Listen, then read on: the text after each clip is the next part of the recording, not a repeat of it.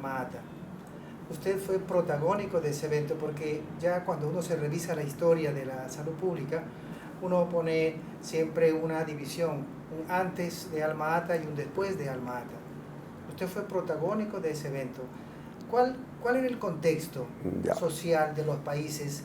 ¿Cuáles fueron las determinantes que hicieron que se haga esa reunión? Sí, este es un tema muy largo que voy a tratar de abreviarlo, con todos los peligros que significa abreviarlo.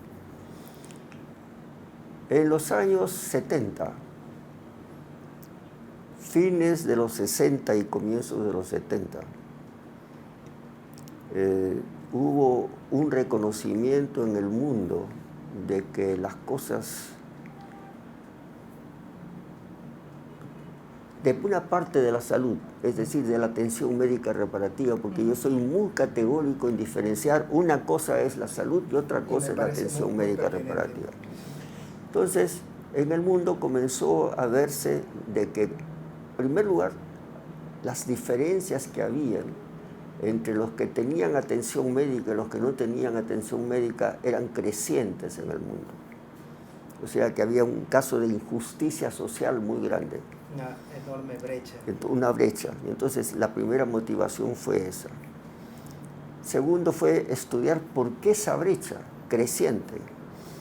Y hubo muchos estudios que se hicieron, sobre todo el más destacado de todos fue el de la Comisión Clinton, cuando Clinton era presidente y Hillary Clinton, la actual secretaria de Estado, ella fue la encargada de coordinar este estudio, por eso que se llama el informe Clinton, sí. No por Clinton presidente, sino por Hillary. Entonces ella constituyó un equipo de gente muy brillante y muy capaz y estudiaron el por qué se producía esta gran injusticia social. Y era simplemente por el impacto que tenía en el crecimiento exponencial de los costos de la atención médica reparativa. Y era debido a que la comercialización y la mercantilización en medicamentos y en equipos de diagnóstico era muy creciente, porque todo el gran desarrollo científico, tecnológico que se produjo al final de la Segunda Guerra Mundial, sobre todo, tenía que compensarse de alguna manera, y una de las formas de compensación era introducir nuevas cosas a costos muy altos, con una vida útil muy reducida. Entonces, el informe Clinton no se refería a salud, se refería a atención médica. Nunca pretendieron hacerlo en salud. Y entonces plantearon una serie de medidas. Pero lo que es más importante es que hicieron el diagnóstico, ¿por qué se producía esto? Es decir, y la Comisión Clinton llegó a una conclusión terrible. La economía de los Estados Unidos sería incapaz de poder mantenerse al ritmo del crecimiento de los costos. ¿Ya? Perdón, que después, cuando Clinton llegó a ser presidente, le encargó a Hillary su reforma de salud posteriormente. No, esto fue cuando Clinton era presidente. Ya cuando Clinton era presidente. Después ella le aconsejó a Obama revivir todo esto, lo presentaron al Senado, también murió. El informe de la Comisión Clinton en el Senado de los Estados Unidos también murió por los grandes lobbies de los intereses mercantilistas de las grandes empresas de medicamentos y productoras sobre todo de equipos de diagnóstico. Terrible. Y entonces ese fue un segundo elemento, el incremento de los costos. Un tercer elemento fue que también comenzaron a ver por qué en otros países, siendo pobres, esto no se ha dado. Y el ejemplo más notable fue China. Y entonces China despertó interés muy grande, pero no hubo otros países también. Y el enfoque de esos países fue precisamente no preocuparse tanto de la atención médica, sino que preocuparse de lo que ya no fue novedad, ¿no? Pero ya venía de tiempo, pero preocuparse de ver cómo se atacaban los factores que determinaban la mala salud y cómo se impulsaban los factores que determinaban la buena salud. cómo se prolongaba la vida al máximo posible y cómo esta vida pudiera ser una vida verdaderamente saludable.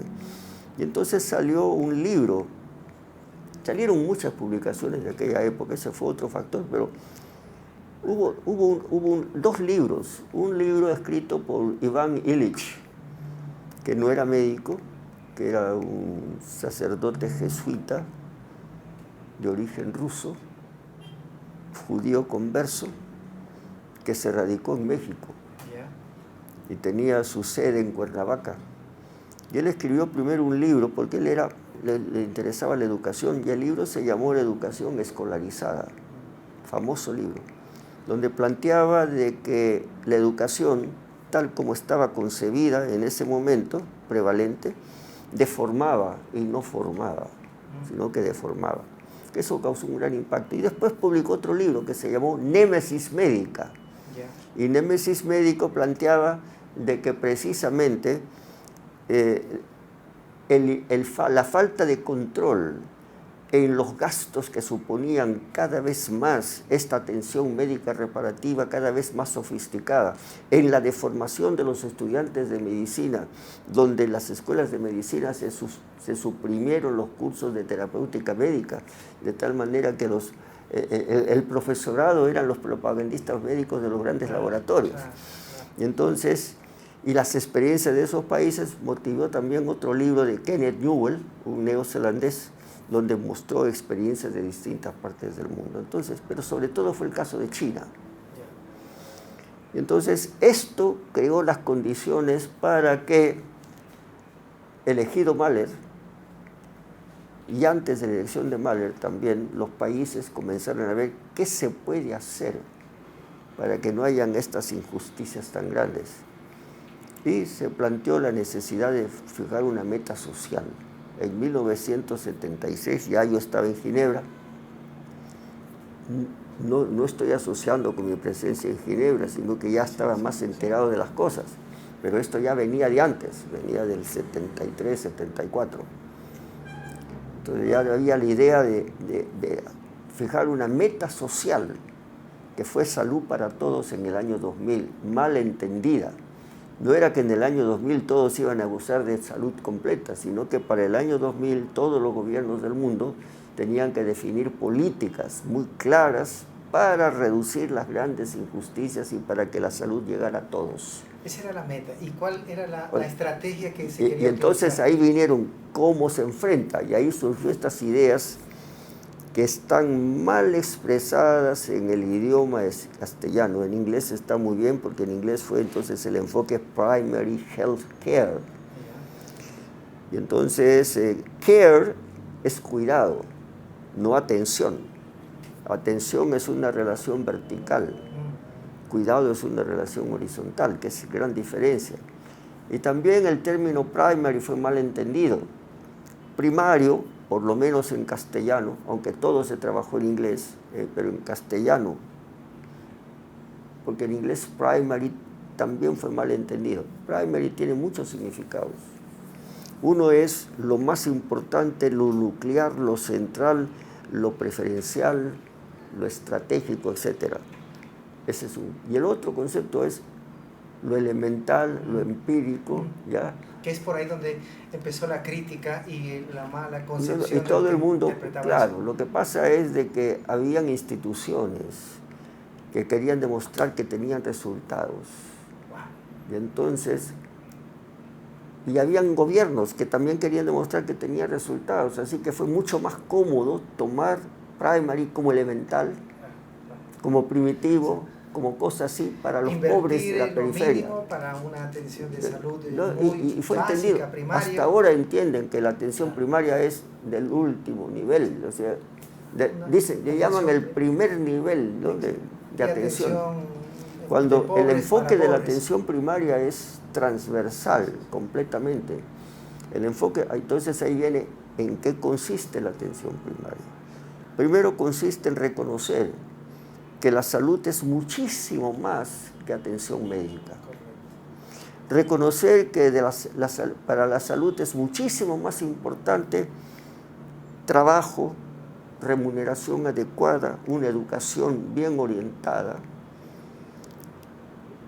condiciones de vivienda, agua segura, disposición de excretas y basuras, muy buena alimentación desde el punto de vista nutritivo y una serie de condiciones. ¿Y nada de esas cosas se consigue dentro de un hospital? Nada. Nada de eso. Nada de eso Además, dentro del hospital todo es la última, y el médico está formado para realizarse en el sentido de manejar la última tecnología sin importarle el costo, ni tampoco lo que significa ese costo desde el punto de vista de otra orientación, ¿no? Entonces, hay muy poca sensibilidad social porque lamentablemente el médico y los profesionales de salud son formados para poder repetir las cosas. Es el modelo que se llama deweyano, ¿ya?, de la educación, que está superado. Entonces, elemento fundamental de atención primaria es atacar las causas, las grandes causas. Más de 40 años después, ¿cuál es su evaluación? Falta todavía otros elementos. Otros elementos. A ver. El otro elemento es de que para enfrentar los problemas de salud no basta un sector llamado salud, porque ya los otros factores dependen de otros sectores y de otras instituciones. Es decir, arrastramos también una falla conceptual, general, universal, de dividir geométricamente sectores, porque sector es una figura geométrica, es un pedazo de la torta. Y entonces hay que atacar con todos los pedazos. Sí. Es decir, para la salud hay que coordinar muy bien con agricultura, con transportes, con minas y energía, con todos. Y en eso no estamos acostumbrados. Estamos acostumbrados a trabajar en y cuidar las fronteras, que no se me metan los otros, y etcétera. Entonces, el enfoque multidisciplinario y el enfoque transdisciplinario, es decir, que cada disciplina tiene que tener una visión del aporte de las otras disciplinas, ese es un tercer factor fundamental.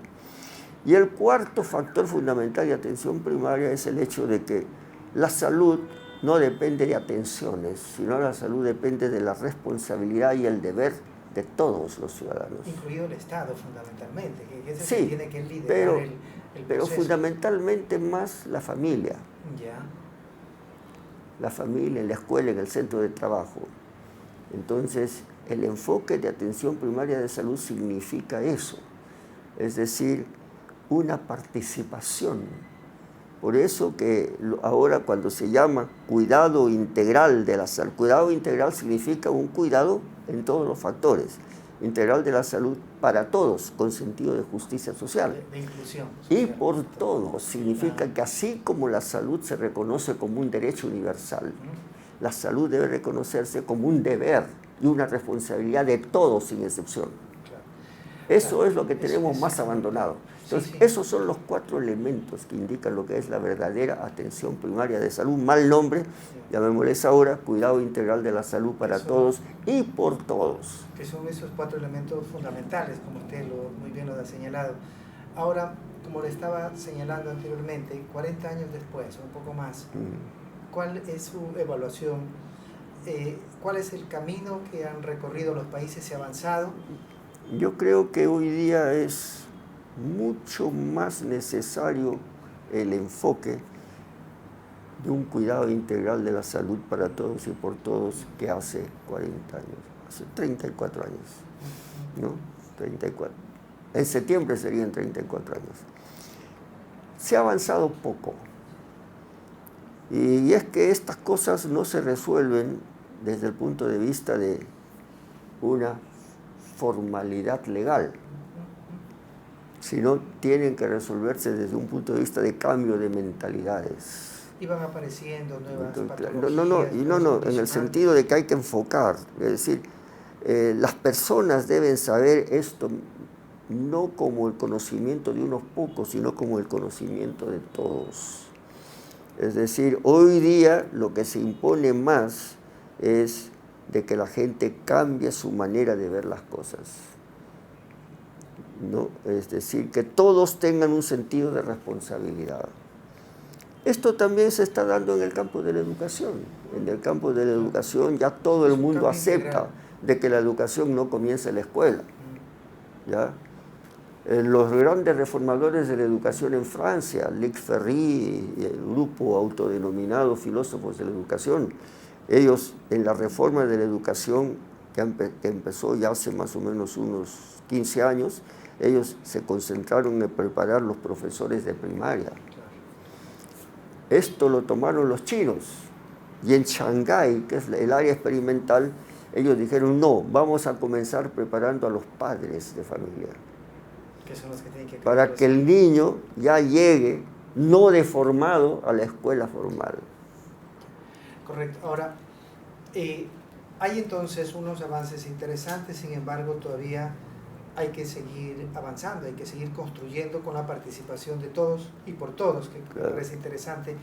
Ahora, dentro de ese enfoque de participación de todos, ¿cuál es el rol de los organismos de cooperación internacional, los organismos de integración alrededor de los temas de salud? Ahí creemos que cumplen un rol interesante, un rol importante que ayudaría a que los países sigan mejorando sus sistemas de salud. Claro.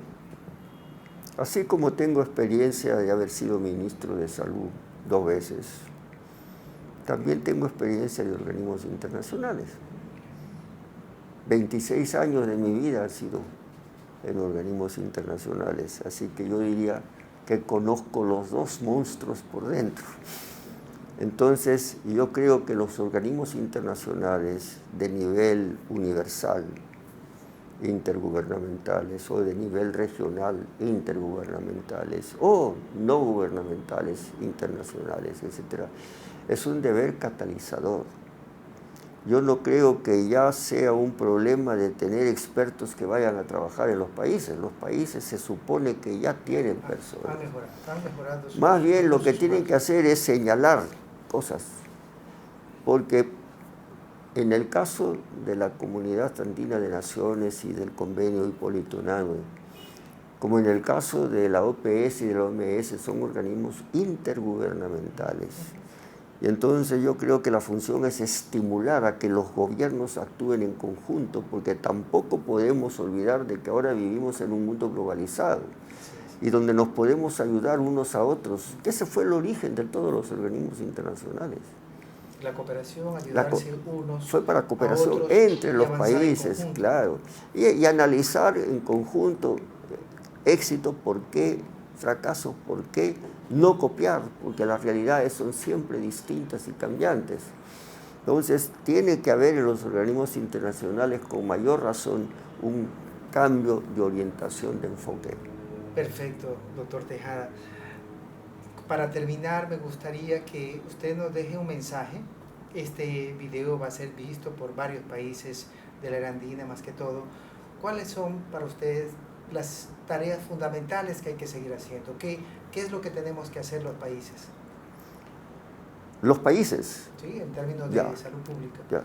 Yo creo que tratar de buscar políticas de salud que no sean políticas de atención médica reparativa.